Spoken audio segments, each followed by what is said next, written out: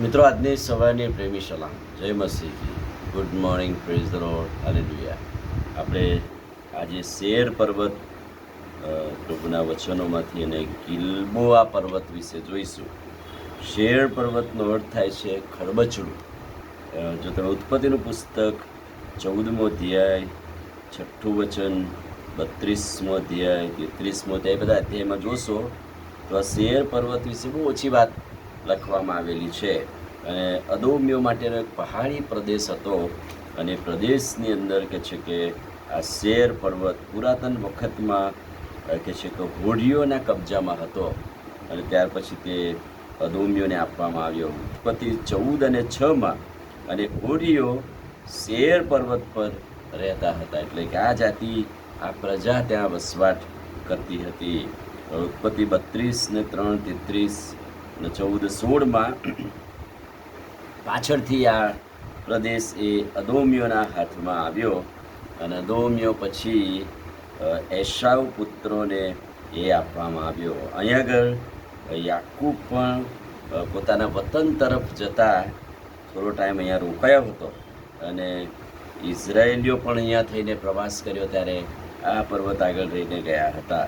એટલે આ પર્વત વિશે ટૂંકીને થોડી વાત પણ આશીર્વાદિત વાતો જોવાની મળે છે. બીજી વાત, ગિલ્બોઆ પર્વત, જેનો અર્થ થાય છે ગરમ પાણીના ઝરા, કે ત્યાં આ એક એવો પર્વત કે જ્યાં ઘણી બધી બાબતો જોવાની મળતી હતી.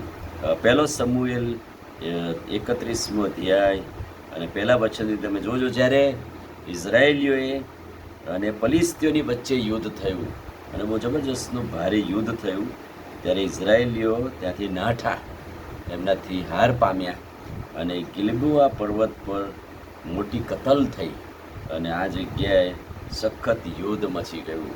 એટલે કે છે કે ત્યાંથી ફલિસ્તીઓ નાઠા.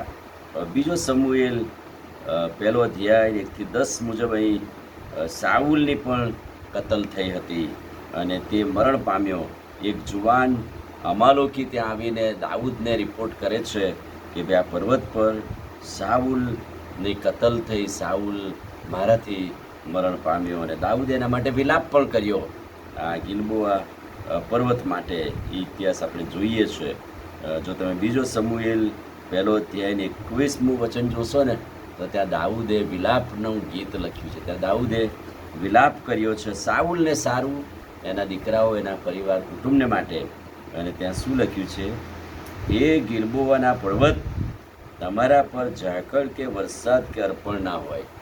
જાણે કે શ્રાપ સ્વરૂપે ભલે સાઉલ દાઉદને મારવા પ્રયત્ન કરતો હતો છતાંય, દુશ્મન હતો છતાંય, દાઉદ એ દ્રષ્ટિથી જોતો હતો કે દેવથી અભિષિક્ત થયેલો પ્રભુનો સેવક હતો અને એના મરણથી એને બહુ દુઃખ થયું અને એણે ગિલ્બોઆ પર્વતને જાણે કે શ્રાપ આપ્યો હોય.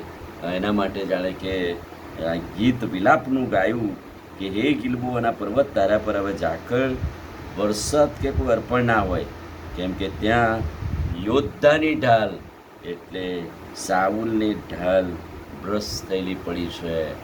યાદગીરી છે કે ગિલ્બોઆ પર્વત પર આ દેવના સેવકની કતલ થઈ અને એના દીકરાઓનું મરણ થયું. એટલા માટે દાઉદે બહુ રિસ્પેક્ટથી જોયું કે ભાઈ એ તો દેવથી અભિષેક્ત હતો, ભલે એણે ભૂલ કરી, પાપ કરી, અને દાઉદની કેટલી મોટી નમ્રતા કહેવાય, અને એના માટે એણે વિલાપ કર્યો.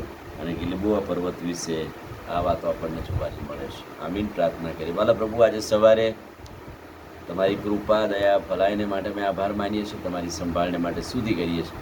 અદ્ભુત પવિત્ર વચન દરરોજ આપો છો, વચનના પ્રકાશમાં અમને દોરો છો. આભાર પ્રભુ. જુદા પર્વતો બાઇબલમાંથી અમને બહુ મોટું શિક્ષણ આપે છે, ઉત્તેજન આપે છે. ત્યારે વચન સમજવા, સમજાવવા અમારી મદદ કરો. પ્રભુ ઈસુના નામમાં પ્રાર્થીએ છીએ, સાંભળો ને માન્ય કરો.